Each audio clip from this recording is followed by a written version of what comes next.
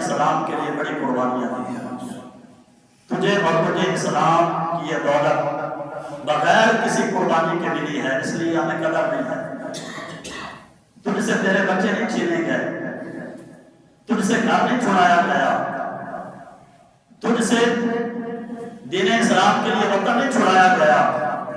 تیرا سامنا میدان جہاد میں باپ کے ساتھ نہیں ہوا، تیری تلوار کے نیچے کبھی بھی تیرا بھائی نہیں آیا، تیری تلوار کے نیچے کبھی بھی تیرا بیٹا نہیں آیا، لیکن مصطفیٰ جان رحمت صلی اللہ علیہ وآلہ وسلم کے ان غلاموں نے یہ ساری قربانیاں دی۔ جناب حضرت ابوبکر صدیق رضی اللہ تعالیٰ عنہ کے بیٹے جب وہ مسلمان ہوئے تو اپنے باپ کے سامنے کہنے لگے کہ ابا فلاں جنگ کے مقام میں نے کلمہ نہیں پڑھا تھا، میں کافروں کی طرف تھا اور آپ مصطفیٰ جان رحمت کی طرف سے تھے، آپ میری تلوار کے نیچے آئے تھے، لیکن میں نے دیکھا کہ یہ میرا باپ ہے، میں نے تلوار پیچھے ہٹا دی۔ تو جناب صدیق اکبر نے کہا کہ بیٹا یہ تیری اپنی بات ہے کہ میں تیری تلوار کے نیچے آیا، تو نے تلوار ہٹا لی، لیکن سن اگر اس وقت تو میری تلوار کے نیچے آتا تو میں بیٹے والا رشتہ نہ دیکھتا بلکہ مصطفیٰ کا دشمن سمجھ کر تیری گردن اتار دیتا۔ یہ عزتیں اور یہ عظمتیں اور یہ مقام اور یہ مرتبہ ملا ہے اس لیے کہ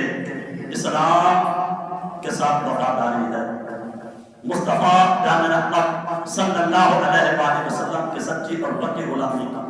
حضور نے فرمایا نا کہ یہ کام کرنا ہے، تاریخ گواہ ہے، کتاب خدا کے کنگال میں حضور کے کسی صحابی نے بھی حضور کے حکم کے اوپر کوئی بات نہیں کی، حضور نے فرما دیا سب نے مان لیا، کسی نے بھی کوئی بات نہیں کی کہ حضور کیوں کرنا ہے، کیسے کرنا ہے، ابھی ٹھہر جاتے ہیں کچھ دیر بعد کر لیں گے، نہیں، حضور کی زبان سے جو الفاظ نکلے تو مصطفیٰ جان رحمت صلی اللہ علیہ وآلہ وسلم کے غلاموں نے فوراً قبول کیے، اور جناب صدیق اکبر کی جو محبت کا انداز تھا وہ نرالا تھا، آپ کی غلامی جو حضور کے ساتھ وہ لڑانی تھی کہ جیسے ہی میرے حضور نے حکم فرمایا تو سب کچھ حضور کے قدموں کے اوپر قربان کر دیا۔ اللہ نے یہ مقام اور یہ مرتبہ عطا فرمایا۔ آج ہمیں اس بات کی ضرورت ہے، ہمیں ایسا جذبہ چاہیے، ایسا ایمان چاہیے جیسا کہ مصطفیٰ جان رحمت صلی اللہ علیہ وآلہ وسلم کے غلاموں کا تھا۔ اللہ تبارک و تعالیٰ حضور کے ان غلاموں کے صدقے ہمیں بھی دین اسلام کا ایسا سچا پکا رنگ نصیب فرمائے۔ یار غار جناب صدیق اکبر رضی اللہ تعالیٰ عنہ کے ایمان کے صدقے اللہ ہمیں بھی ایسی ایمان کی چمک عطا فرمائے کہ ہماری دنیا بھی بہتر ہو،